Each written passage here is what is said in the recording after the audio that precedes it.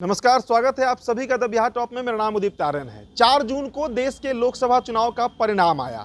सभी पार्टियों ने समीक्षा बैठक की। इस बात पर चर्चा हुआ कि आखिर हार क्यों हुआ। चाहे 24 तारीख को राष्ट्रीय जनता दल का बैठक था, इसके अलावा जदयू में लगातार बैठक चल रहा है और 29 जून को दिल्ली में यानी कल कार्यकारिणी की बैठक भी है। लेकिन बीजेपी की अगर बात करें तो चुनाव परिणाम के करीब 22 दिनों के बाद बीजेपी को याद आया बिहार, कि बिहार में आखिर क्यों 5 सीटों पर पार्टी हार गई। सीट चाहे औरंगाबाद का हो, आरा का हो, बक्सर का हो या फिर पाटलिपुत्र ही क्यों ना हो। अब देखिए, समीक्षा बैठक की गई है। दिल्ली से बिहार के प्रभारी विनोद तावड़े जो हैं वे कल पटना पहुंचे और पटना में समीक्षा बैठक बुलाई गई थी। कहा गया था कि जो 5 प्रत्याशी हारे हैं उन पांचों को वहां पहुंचना था, चाहे बक्सर के मिथिलेश तिवारी हो, औरंगाबाद के सुशील सिंह हो, पाटलिपुत्र के रामकृपाल यादव हो या फिर आरा के आर.के. सिंह ही क्यों ना हो, और या फिर ससाराम के शिवेश राम। इन पांचों को बुलाया गया था।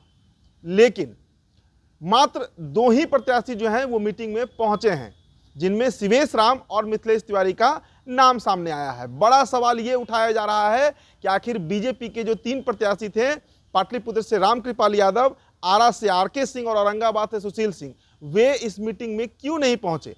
बिहार प्रदेश अध्यक्ष के जो प्रभारी हैं विनोद तावड़े, उनको दिल्ली से पटना आना पड़ा। नरेंद्र मोदी ने उन्हें भेजा था कि जाइए और जरा पता कीजिए कि आखिर पार्टी 5 सीटों पर क्यों चुनाव हार गई।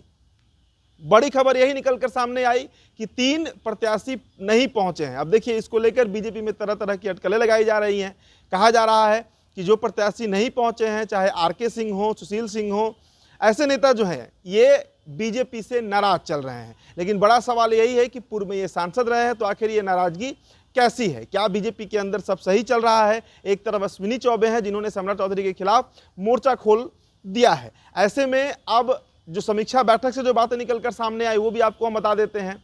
मिथिलेश तिवारी और शिवेश राम पहुंचे थे मीटिंग में। विनोद तावड़े ने उनसे पूछा कि भाई, पार्टी आपको टिकट दी, लोकसभा सीट लड़ाई, हार क्यों हो गई। अब इस पर जो बातें निकलकर सामने आई है, मिथिलेश तिवारी ने साफ कहा है कि हमको राजद के सुधाकर सिंह नहीं बल्कि बीजेपी के ही जो बड़े नेता थे उनके भीतरघात के चलते हार का सामना करना पड़ा। महज 34,000 वोटों से मिथिलेश तिवारी हारे हैं।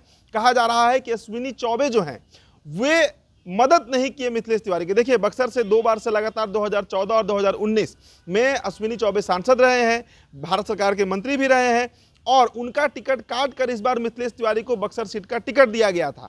सवाल ये उठता है कि अश्विनी चौबे ने उनको मदद क्यों नहीं किया। इसके अलावा एक और मुद्दा उठाया गया है कल की मीटिंग में कि बाहरी बनाम लोकल की भी लड़ाई थी। मिथिलेश तिवारी रहने वाले गोपालगंज के, बैकुंठपुर के पूर्व विधायक रहे हैं, तो आखिर बक्सर से उनको टिकट क्यों दिया गया। तो बाहरी बनाम भीतरी की भी लड़ाई सामने आई। शिवेश राम ने भी ऐसी ही बातें कही हैं। शिवेश राम ने भी कहा है कि छेदी पासवान, हालांकि अब तो वो कांग्रेस में चले गए हैं, लेकिन भीतरघात पार्टी के अंदर हुआ है जिसके चलते ससाराम सीट भी गंवाना पड़ा है। तो इन 2 सीटों पर चर्चा हो गई है। अन्य 3 सीट के जो प्रत्याशी थे वे पहुंचे नहीं है। कहा जा रहा है कि रामकृपाल यादव ने फोन पर बात किया विनोद तावड़े से, सुशील सिंह ने भी आने से मना कर दिया और आर.के. सिंह ने तो साफ कह दिया कि हमको पार्टी के अंदर जो साजिश रची गई, भीतरघात हुआ, उसके कारण हार का सामना करना पड़ा। इसके अलावा कुशवाहा वोटर्स पर भी चर्चा हुई है।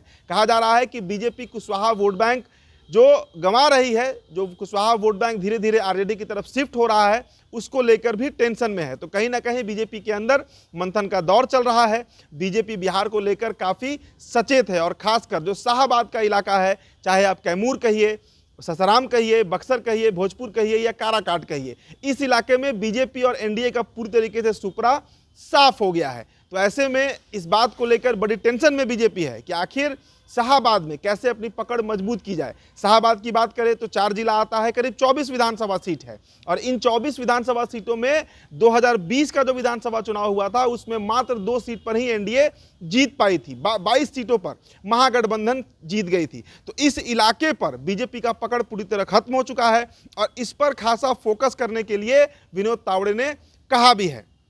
लेकिन सबसे बड़ी खबर यही निकलकर सामने आई कि बीजेपी के अंदर जो आप इसे अंदरूनी कलह कहिए या सांसदों के हारने का गम कहिए, पीड़ा कहिए, जो कहिए, लेकिन विनोद तावड़े को नज़रअंदाज करते हुए, दरकिनार करते हुए ना रामकृपाल यादव पहुंचे हैं, ना सुशील सिंह पहुंचे हैं और ना ही तो आरा के आर.के. सिंह ही पहुंचे हैं।